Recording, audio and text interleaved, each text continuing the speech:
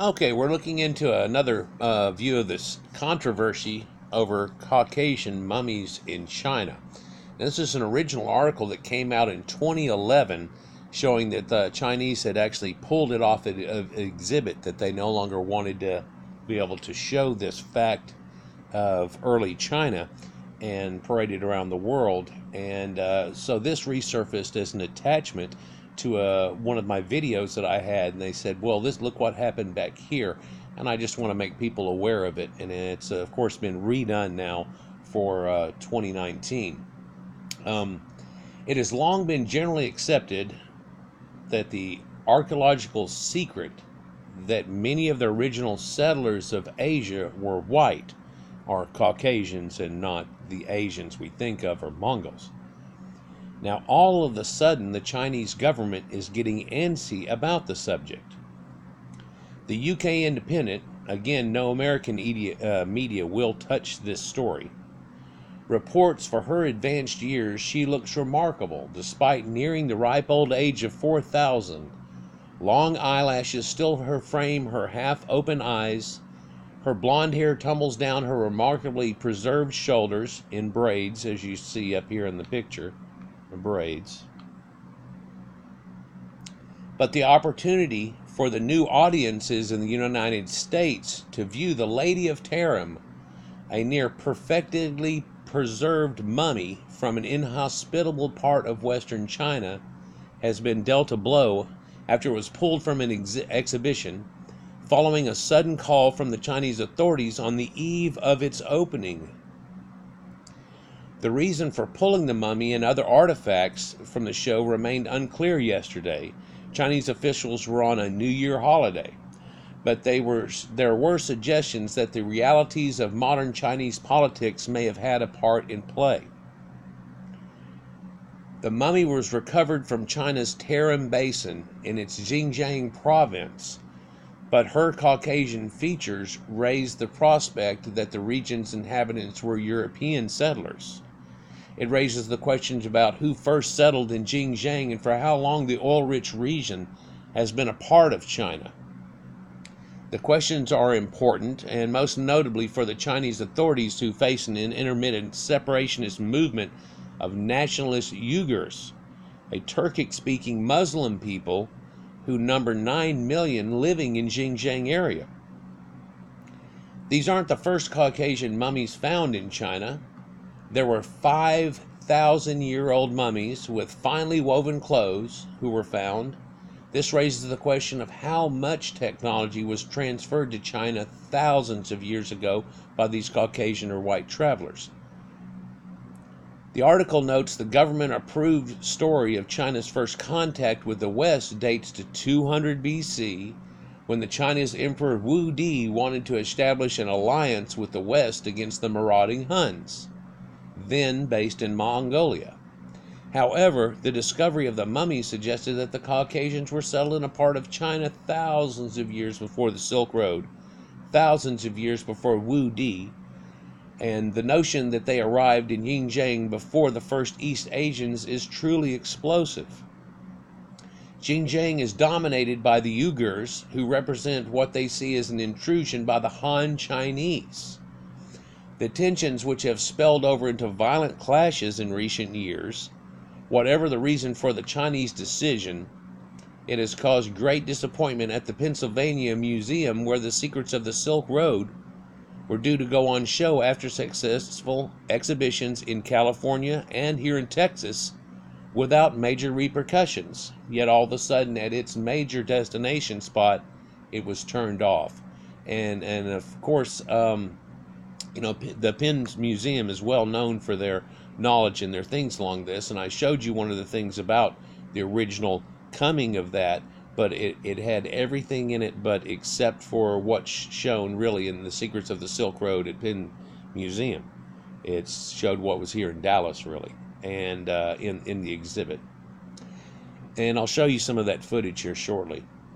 Essentially, it's an embarrassing but increasingly accepted fact that white and Caucasian people, European-type people, settled many parts of the world first.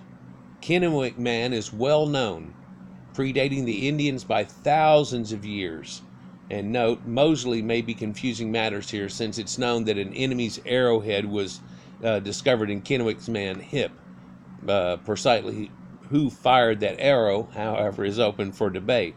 But then also now we find that a few thousand years before that, we find a settlement of Caucasians. I've done a recent video that they found leading through the Bering Strait and coming down in through Alaska, and that they show to be quite the Caucasian and not the Mongoloid type Asiatic far northern people, kind of Eskimos types that came in and were the actual Amerindians.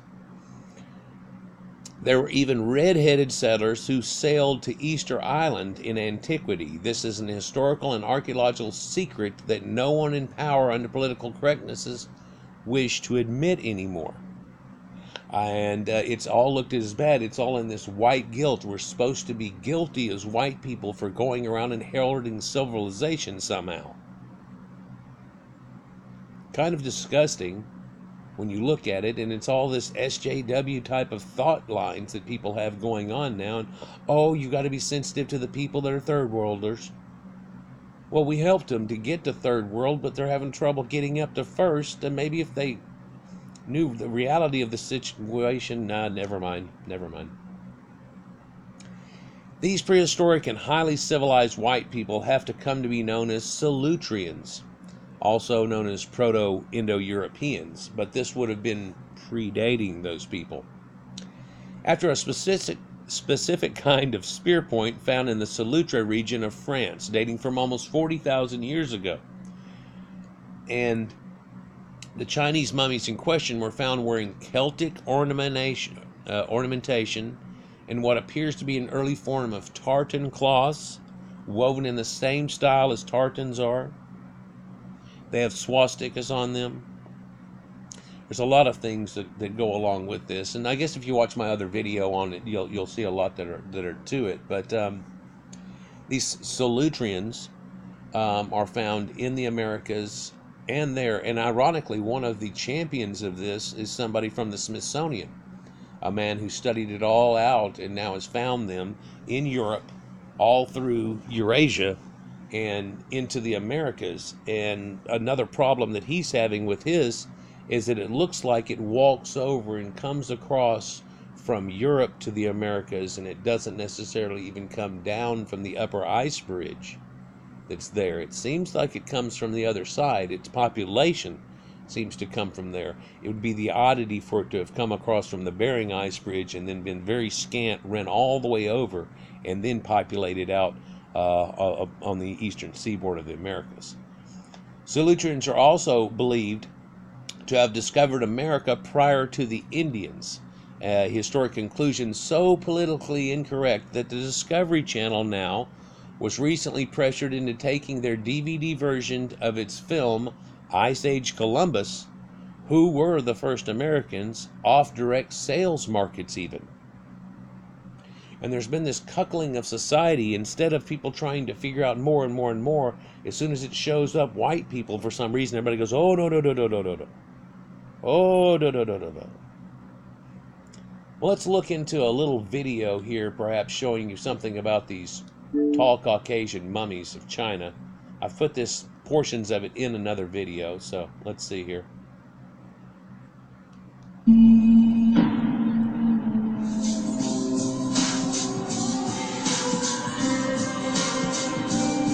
Supposed to be the mummies that are coming to the Penn State Museum, and this was the Dallas unveiling, I believe, here, not the California one.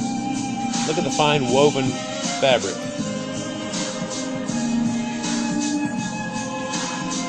Gold cresting on the forehead. Caucasian features to the mask. He is 6 foot 6 inches tall. Finely woven socks.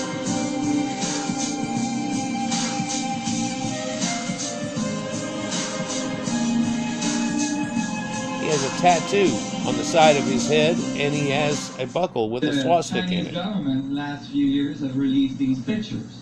Let's check this out. There's hundreds of pyramids in China. Pyramids. And the Chinese government actually got the farmers to farm on top of the pyramids so they wouldn't be so apparent by satellite. Gonna cover them up. And the reason why, so here's the poor farmer that got the job. The reason why they were doing that is because they didn't want the Western world to know about these pyramids. Why?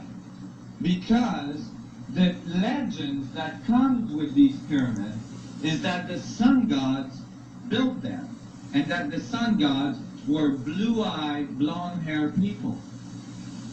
Uh-oh. As far as the Chinese government looked at this, blonde-haired, blue-eyed people had to be Europeans. Pretty much, yeah. And the last thing they wanted was European people being responsible for some of the most ancient knowledge of the Chinese tradition. So they didn't want those pyramids to be known by the West. They did find the mummies of these blonde-haired, blue-eyed people in the high desert of China. Hundreds of them. Over 500 mummies were found. All very tall, absolutely not Asian people. So you look at guys like this right here and his features, and you can just tell that's a more European type person. They're what we would call European today, although these people were all through the Middle East also, and around the Mediterranean and so on, and there's still very much remnants of them to this day. Let's just finish it off here with a collage that they have and a little bit of inspirational music perhaps.